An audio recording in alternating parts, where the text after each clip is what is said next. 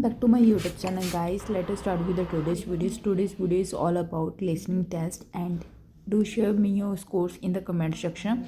अगर आपको किसी भी मॉड्यूल में कोई भी प्रॉब्लम है रीडिंग राइटिंग लिसनिंग स्पीकिंग तो आप मेरी स्पेशल प्लेलिस्ट बनी हुई जाकर चेक कर सकते हैं. All the recordings will be played once only. The test is in 4 sections. At the end of the test, you will be given 10 minutes to transfer your answers to an answer sheet. Now turn to Section 1. Section 1. You will hear a man asking for information about health services in the place where he is living. First, you have some time to look at questions 1 to 6.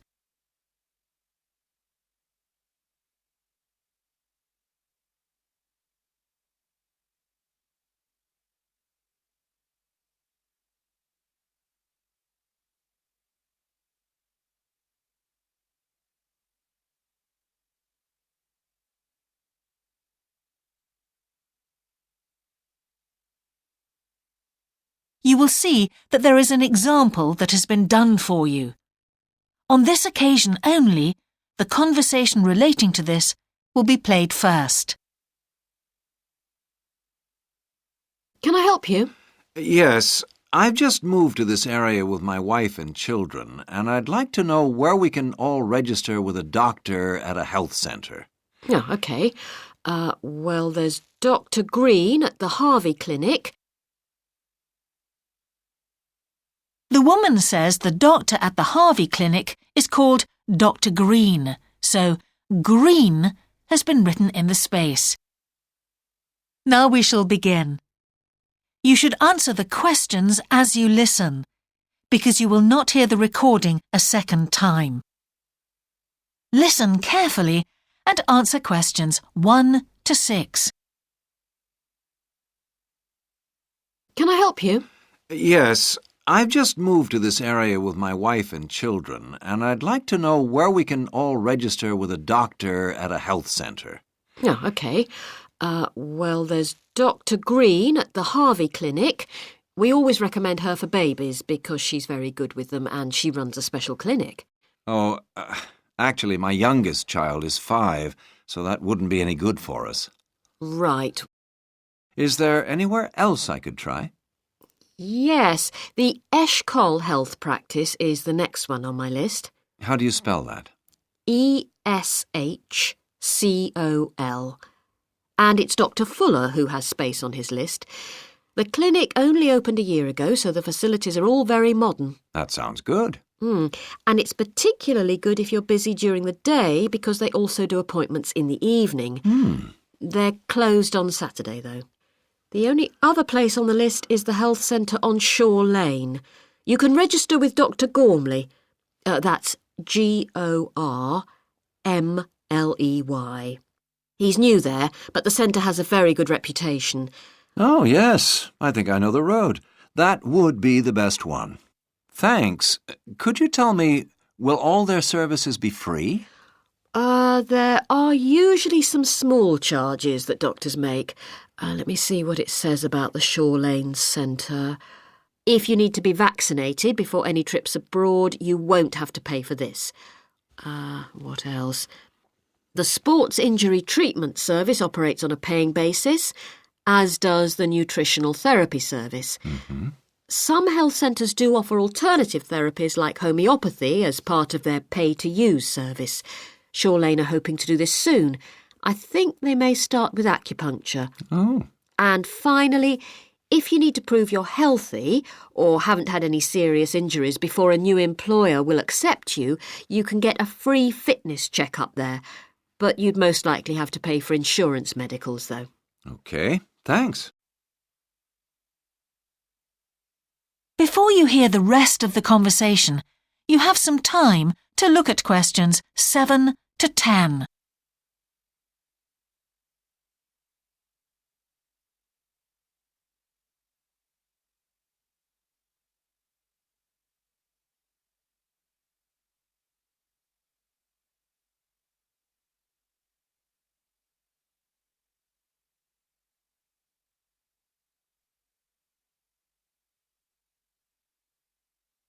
Now listen and answer questions 7 to 10.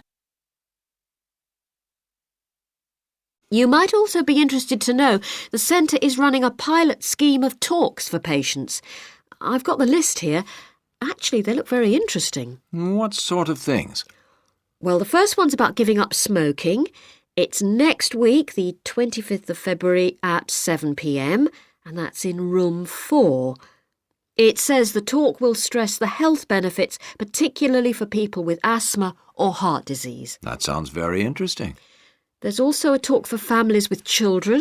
It's on healthy eating and takes place on the 1st of March at 5 o'clock. Will that be at the health centre? Actually, it's at the primary school on Shore Lane. I imagine they're inviting the parents of pupils there. It says here, all welcome. I might go to that if I have time. There's a couple of other talks. One giving advice about how to avoid injuries while doing exercise. It's on the 9th of March. Oh, it's a late afternoon talk at 4:30. And it'll be in room 6. It also says the talk is suitable for all ages. And finally, there's a talk called Stress Management, which is on the... That is the end of section 1. You now have half a minute to check your answers.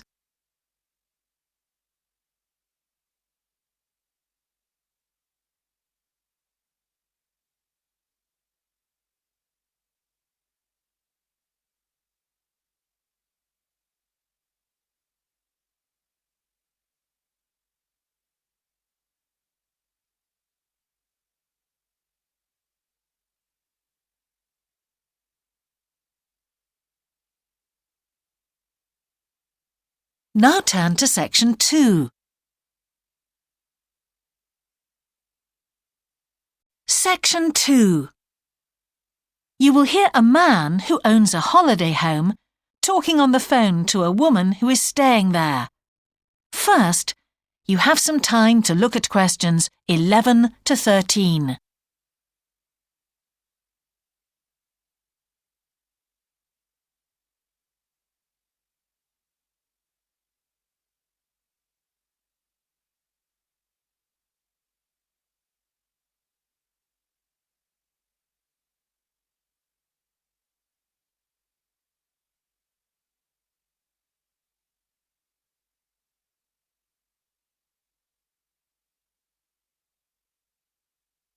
Now listen carefully and answer questions 11 to 13.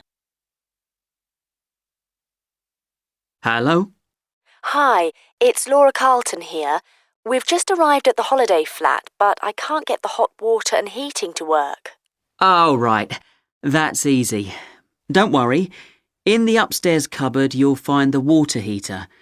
You'll see 3 main controls on the left at the bottom of the heater. The first one, the round one on the far left, is the most important one for the heating and hot water. It's the main control switch. Make sure it's in the on position. The switch itself doesn't light up, but the little square below will be black if the switch is off. That's probably what's happened. It's got switched off by mistake. The middle one of these 3 controls, you'll see it's slightly larger than the first one, controls the radiators. If you feel cold while you're there and need the radiators on, this needs to be turned to maximum. The last of the 3 controls, the one on the right, is usually on about a number 4 setting, which for the water in the taps is usually quite hot enough. Below the heating controls in the middle is a small round plastic button. If there isn't enough water in the pipes, sometimes the heater goes out. If this happens, you'll need to press this button to reset the heater. Hold it in for about 5 seconds and the heater should come on again. Then there's a little square indicator under the 3rd knob that's a kind of alarm light.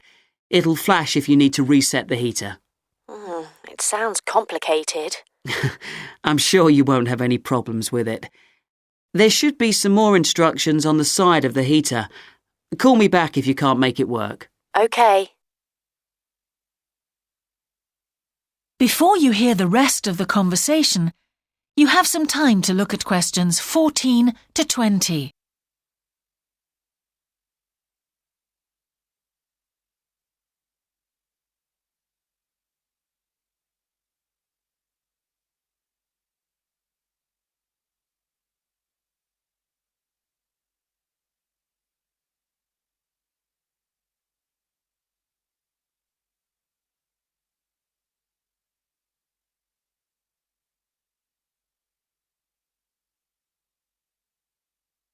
Now listen and answer questions 14 to 20. While you're on the phone, we haven't managed to find a few things we need, like extra pillows for the beds and some washing powder. Is there any here? Pillows, yes. If you look in the cupboard, the large white one upstairs, to the left of the bathroom door, there should be 4 or 5 on the top shelf. And if you want to do some washing, there's some powder for that, probably by the back door. There's a kind of shelf there above the sink. In fact, I'm sure there's some there in a large blue box. You need about half a cupful for each wash. Oh, and that reminds me. The spare key to the back door is hanging on a hook on the wall by the sitting room window. Please make sure to put it back when you've used it. The previous guest lost it in the garden and I had to get another one made. And if you have any trouble with the lamps, you'll find some spare bulbs in a large cardboard box. It's on top of the washing machine with all kinds of useful things in it. Oh, and another thing I forgot to mention when we last spoke. Yes? I've left you a local map so you'll be able to find your way around easily. It shows the whole area. I put it in the top drawer of the chest under the TV in your bedroom. There's a whole file of local information in there too. Thanks. What about visiting the town? Can you give us any advice? Yes, you'll need to take the car. It's too far to walk from the flat, really. You have to pay to leave your car in all the car parks now, I'm afraid. I like the one that's by the station best, and you can walk to the town centre from there in 5 minutes.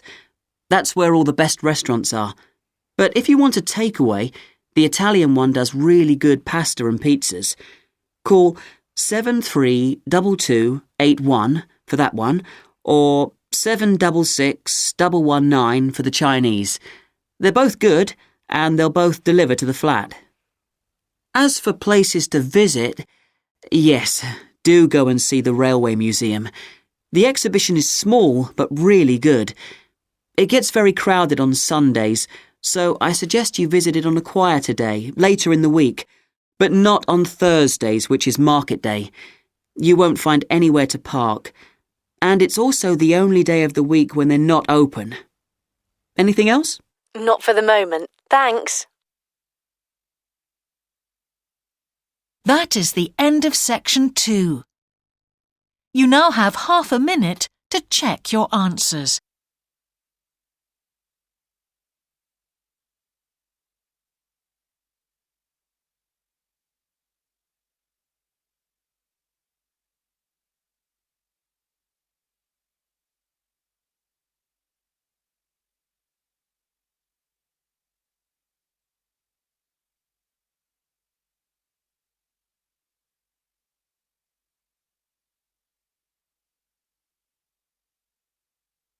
Now turn to section 3.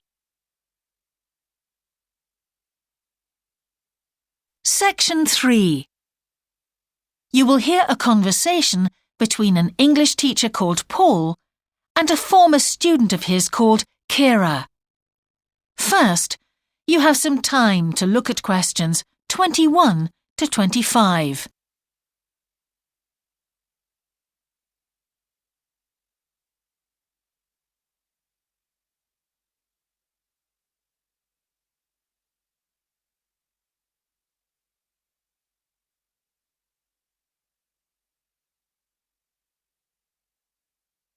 Now listen carefully and answer questions 21 to 25.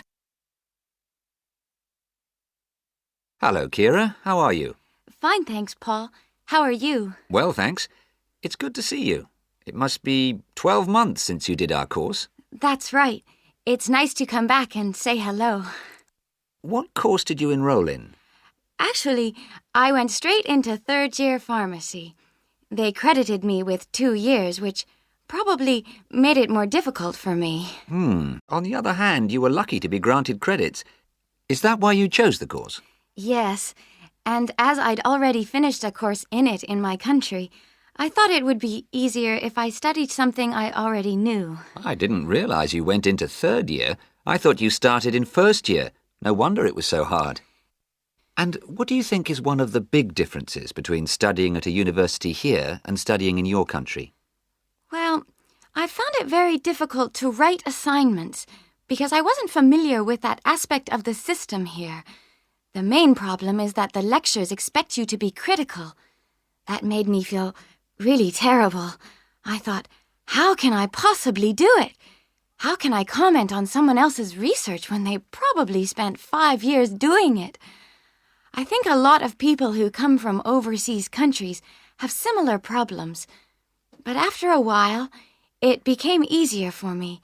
People expect you to have problems with the process of reading and writing, but in fact, it is more a question of altering your viewpoint towards academic study. How was the content of the lectures? Was it easy for you? I didn't really have many problems understanding lectures. The content was very similar to what I'd studied before. And what about the lecturers themselves? Are they essentially the same as lecturers in your country? Well, actually, no. Here they're much easier to approach. After every lecture, you can go and ask them something you didn't understand, or you can make an appointment and talk to them about anything in the course.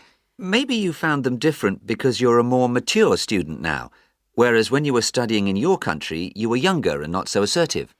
No, I don't think that's the difference. Most of the students here do it. In my faculty, they all seem to make appointments, usually to talk about something in the course that's worrying them, but sometimes just about something that might really interest them, something they might want to specialize in. The lecturers must set aside certain times every week when they're available for students. That's good to hear.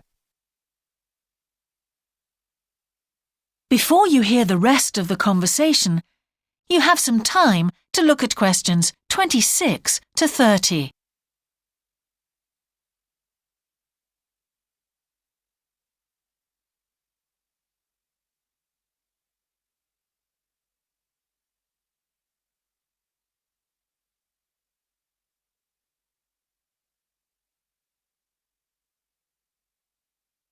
Now listen and answer questions 26 to 30. And how was your timetable? Was it a very busy year? Oh, very, very busy. They make you work very hard. Apart from lectures, we had practical sessions in a lot of subjects. We did these in small groups. I had to go and work 4 hours every week in a community pharmacy. Actually, I enjoyed this very much, meeting new people all the time. Then in second semester, we had to get experience in hospital dispensaries. So every second day we went to one of the big hospitals and worked there. And on top of all that, we had our assignments, which took me a lot of time. Oh, I nearly forgot. Between first and second semesters, we had to work full-time for 2 weeks in a hospital. That does sound a very heavy year. So, are you pleased now that you did it? Do you feel some sense of achievement? Yeah, I do feel much more confident, which I suppose is the most important thing. And have you got any recommendations for people who are studying from overseas? Well, I suppose they need very good English. It would be much better if they spent more time learning English before they enter the university, because you can be in big trouble if you don't understand what people are saying and you haven't got time to translate. Anything else? Well, as I said before, the biggest problem for me was lack of familiarity with the education system here. It sounds as if it was a real challenge. Congratulations, Kira. Thanks, Paul. That is the end of section 3. You now have half a minute to check your answers.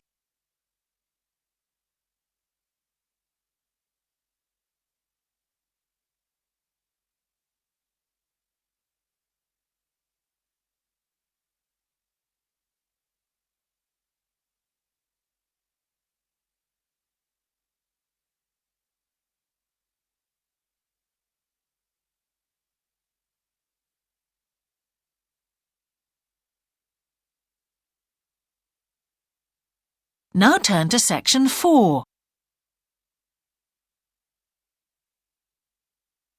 Section 4. You will hear a talk about a project on the wildlife found in city gardens in Britain. First, you have some time to look at questions 31 to 40.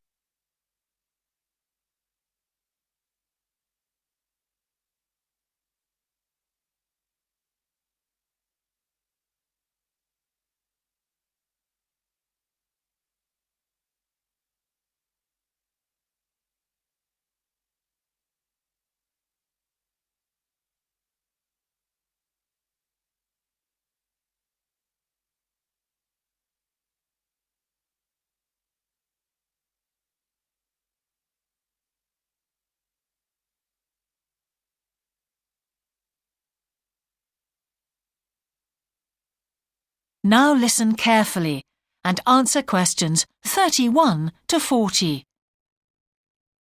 Good morning. Today I'd like to present the findings of our Year 2 project on wildlife found in gardens throughout our city.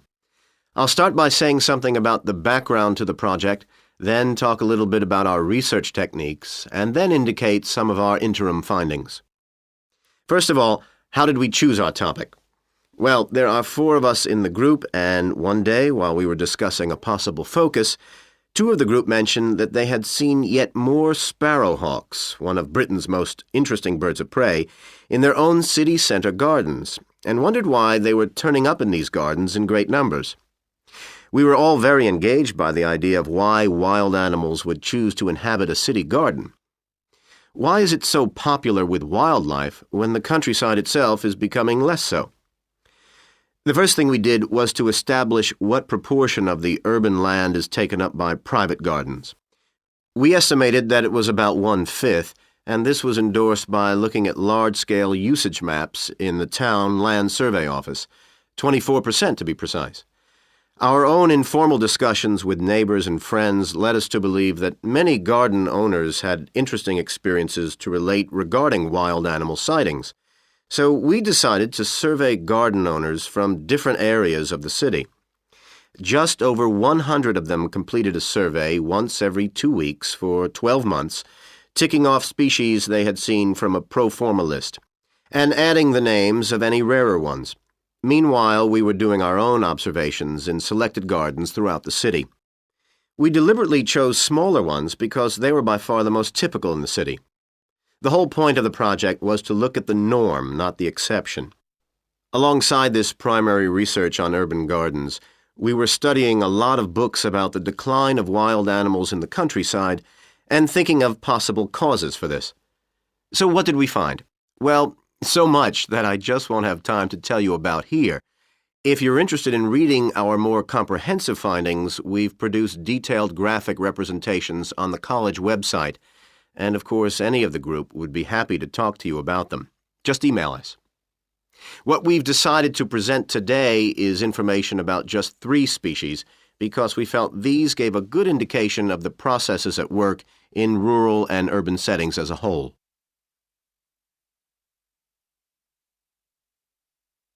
The first species to generate a lot of interesting information was frogs, and there was a clear pattern here. They proliferate where there is suitable water. Garden ponds are on the increase, rural ponds are disappearing, leading to massive migration to the towns. Hedgehogs are also finding it easier to live in urban areas, this time because their predators are not finding it quite so attractive to leave their rural environment, so hedgehogs have a better survival rate in cities. We had lots of sightings, so all in all we had no difficulties with our efforts to count their numbers precisely. Our final species is the finest of bird singers, the song thrush. On the decline in the countryside, they are experiencing a resurgence in urban gardens because these days gardeners are buying lots of different plants, which means there's an extensive range of seeds around, which is what they feed on. Another factor is the provision of nesting places, which is actually better in gardens than the countryside. Hard to believe it, but it's true. Incidentally, we discovered that a massive new survey on song thrushes is about to be launched, so you should keep an eye open for that. Now, I'd be happy to answer any questions you may have.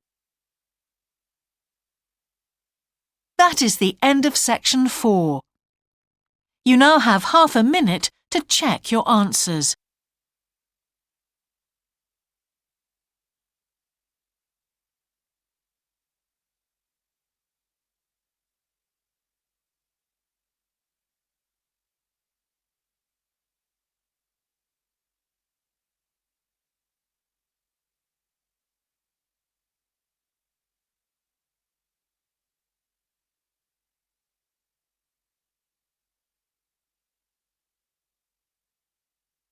That is the end of the listening test.